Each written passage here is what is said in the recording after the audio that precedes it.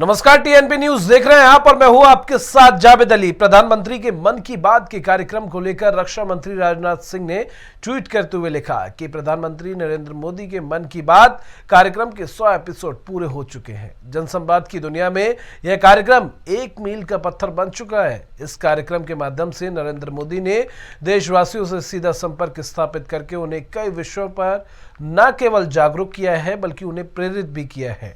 चाहे वह स्वच्छता का विषय हो, कोविड योद्धाओं को प्रोत्साहित करना हो या बेटी बचाओ बेटी पढ़ाओ की प्रेरणा देना हो, मेक इन इंडिया की बात हो या फिर जल संरक्षण का विषय हो, मोदी जी ने राजनीतिक विषयों को छोड़कर सार्वजनिक जीवन से जुड़े लगभग हर पहलू पर अपनी बात बड़े प्रभावी तरीके से रखी है।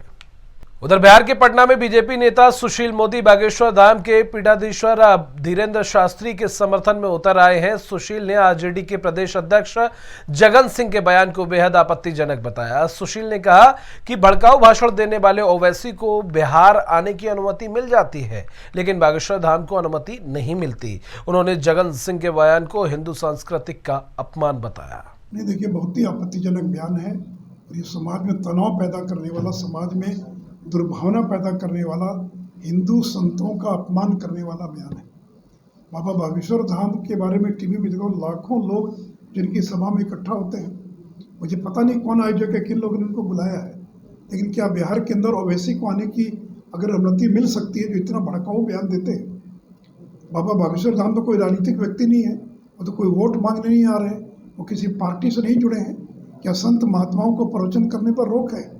उधर बिहार के पटना में आनंद मोहन की रिहाई पर राज्यसभा सांसद सुशील कुमार मोदी का बयान सामने आया। सुशील मोदी ने कहा कि हमने रिहाई की मांग भले ही की थी, लेकिन जेल मैनुअल में संशोधन करने को नहीं कहा था।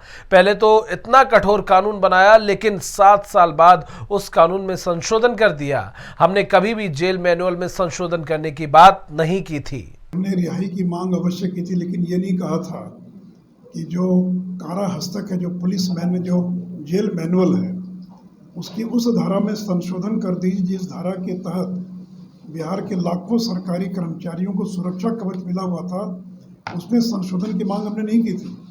आपने तो जो एक कठोर कानून खुद नीतीश कुमार ने बनाया था 2016 में, कि जो जघन्य अपराध है, और जघन्य अपराध की व्याख्या की गई थी बलात्कार के साथ हत्या के बाद हत्या, डकैती के बाद हत्या, आतंकी हत्या, और सरकारी ड्यूटी के दौरान अगर सरकारी कर्मचारी की हत्या होती है तो उसको जघन्य अपराध की श्रेणी में रखा गया और कहा गया कि इस तरह के मामलों में अगर कोई अभियुक्त 20 साल की सज़ा पूरी कर लेता तो भी उसके रिमिशन पर विचार नहीं होगा, तो इस समय पूर्व रिहा करने के बारे में उसका वो हकदार नहीं होगा।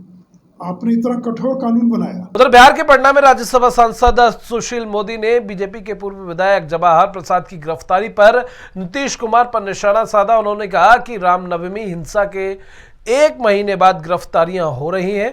पुलिस उन लोगों को गिरफ्तार कर रही है जिनका नाम एफआईआर में भी नहीं था। सीएम नीतीश राजनीतिक दुर्भावना से प्रेरित होकर काम कर रहे हैं। अब रामनवमी के घटना के बाद 1 महीने के बाद गिरफ्तार कर रहे हैं।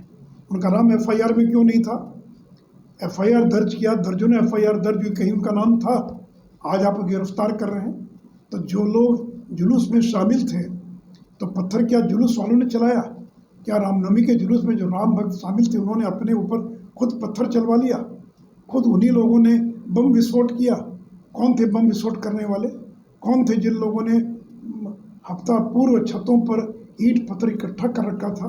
कौन लोग थे जिन लोगों ने राम भक्तों पर पत्थर फेंकने का काम किया? तो उल्टे जिन लोगों ने पत्थर फेंका, जिन्होंने बम विस्फोट किया, उनके बजाय उन लोगों को आप गिरफ्तार कर रहे हैं।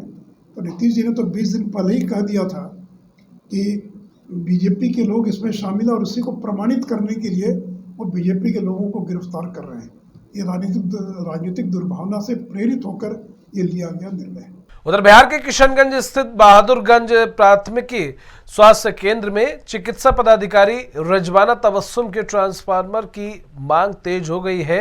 नगर पंचायत अध्यक्ष प्रतिनिधि वशीकुर रहमान ने डिप्टी सीएम तेजस्वी यादव से पत्र लिखकर उन्हें ट्रांसफार्मर की मांग की है।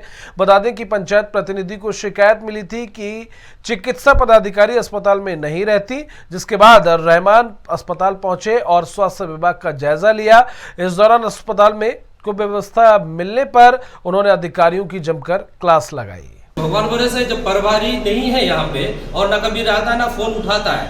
कल 2.5 घंटा पेशेंट रहा, उसके बाद पेशेंट को यहाँ से किशनगंज भेजना पड़ा एम्बुलेंस पर, प्राइवेट गाड़ी पर, सॉरी एम्बुलेंस भी नहीं था। क्या कार्रवाई की मांग? इस भी कार्रवाई की कि भाई जब आप यहाँ पे ड्यूटी नहीं दे पा रहे हैं, आपका बहुत बड़ा रसूख है, तो आप दूसरी जगह चलिए। बिना मतलब का सांप की तरह यहाँ मंडरा करके क्यों पिंडली बांध के बैठे हुए हैं? हम लोग को यहाँ पे काम चाहिए, पेशेंट को यहाँ पे अपना इलाज चाहिए। और यहाँ के लोगों को एक ही तो हॉस्पिटल है, पूरे बहादुरगंज में लगभग 2-3-2.5 लाख की आबादी है और एक ही तो हॉस्पिटल है। उस हॉस्पिटल में अगर डॉक्टर अवेलेबल ना हो और चिकित्सा पदाधिकारी खुद ही मौजूद ना रहता हो, वो अपना प्राइवेट कॉलेज स्कूल ये हॉस्पिटल चलाती है अररिया में, तो उसका ड्यूटी वहीं रहता है। मोबाइल को लोकेशन के लिए सिर्फ यहाँ पे किसी स्टाफ के पास छोड़ा हो। खराब है, जिसका दायित्व तो मैं प्रभारी को देना चाहूँगा। प्रभारी की अनुपस्थिति हमेशा पाई गई है। अभी किशोर जी जो यहाँ के मैनेजर हैं, उनका कहना है कि प्रभारी आती है जब उनका ड्यूटी है तब आती है, तो हमें वो ड्यूटी का लिस्ट चाहिए कि कब कब ड्यूटी है। हम भी देखना चाहते हैं कि क्या वो अपना कार्य का निर्वहन तरीके से कर रही है या नहीं कर रही है। कुछ लोग यहाँ पे ठीक है, जिसके वजह से ये नॉन टेक्निकल लोग के वजह से ये हॉस्पिटल चल रहा है राम भरोसे। और सबसे बड़ा जो यहाँ का लचर व्यवस्था, उसका दायित्व तो सारा प्रभारी पर जाता है। उधर बिहार के गोपालगंज के कटैया थाना के बहेरबा बाजार में बाइक सवार 2 बदमाशों ने ज्वेलरी की दुकान में लूट को अंजाम दिया। बदमाशों ने दुकान से लाखों की ज्वेलरी चोरी की। वही वारदात को अंजाम देकर अपराधी मौके से फरार हो गए। इस घटना के बाद पूरे इलाके में सनसनी फैल गई। वही घटना की जानकारी मिलते ही पुलिस मौके पर पहुंचकर मामले की तफ्तीश में जुटी है। हम दुकान पे बैठे थे लगभग 11:30 बजे करीब। हाँ, 2 आदमी आए और चैन दिखाने के लिए बोले। हाँ, हम चैन दिखाए, उसके बाद से पहले एक आया, फिर दूसरा आया। वो बोला कि नहीं थोड़ा हल्का चाहिए। हाँ, तो हम हल्का हमारे पास नहीं था। हाँ, इतने में एक अपना निकाल लिया, हथियार निकाल के हमारे ऊपर लगा। और उसके बाद वो आपका अपना लिए और तिजोरी खाली कर दिए सब। उसके बाद से हमारा सामान लिए और चल। एक सोने चांदी और बर्तन की दुकान है हीरालाल वर्मा जी का। उस बाज़ार में एक पल्सर बाइक से 2 व्यक्ति आए थे उनकी दुकान पर और सोने की चैन उनसे मांग की कि हमको दिखाइए, हमको ख़रीदना है। ग्राहक बनकर आए थे, उन्होंने दिखाया, फिर उन्होंने कहा कि हमसे इससे हल्की चाहिए। तो वो जब हल्की निकालने लगे तो पूर्व में जो दिखाने के लिए दिए थे उसको लेकर वो दोनों भाग गए। तुरंत मौके पर सूचना मिली, कटिया थाना सर्किल इंस्पेक्टर और मैं खुद पहुंचा वहां पे और पूरे एरिया को सेंसिटाइज किया गया। सभी थानों को, आसपास के थानों को रूट में लगाया गया है। छापेमारी चल रही है, आगे की कार्रवाई की जा रही है। खबर बिहार के औरंगाबाद से है, जहां तेज रफ्तार का कहर देखने को मिला है। हासपुरा थाना क्षेत्र के भगवान बिगहा गांव में पिकअप वैन की चपेट में आने से एक व्यक्ति की दर्दनाक मौत हो गई। घटना की सूचना मिलते ही सैकड़ों की संख्या में ग्रामीण इकट्ठा हो गए। आक्रोशित लोगों ने पूरी तरह से सड़क जाम कर दी और प्रशासन से मुआवजे की मांग की है। खबर बिहार के छपरा से है, जहां अवतार नगर थाना क्षेत्र के मौजमपुर गांव के पास एक अनियंत्रित ट्रक की चपेट में आने से एक महिला की मौत हो गई। उनका बेटा बुरी तरह से घायल हो गया। घायलों को अस्पताल में भर्ती कराया गया, जहां उसका इलाज चल रहा है। बताया जा रहा है कि महिला और उसका बेटा शादी का कार्ड देने रिश्तेदार के घर जा रहे थे, तभी तेज रफ्तार ट्रक की चपेट में आ गए। मौके पर पहुंची पुलिस ने शव को कब्जे। हमका भवानी कार लेकर जा रही थी, उधर से आने के क्रम में अवतार नगर के थाना क्षेत्र के तहत रमजो मुखिया के घर के आसपास के ट्रक वाले के चपेट में आने से महिला की मौत हो गई है। प्लस उनका लड़का जो है जख्मी हो गए हैं। और फिलहाल के लिए इस बुलेटिन में बस इतना ही, लेकिन देश और दुनिया की तमाम खबरों के लिए आप देखते रहिए TNP न्यूज़।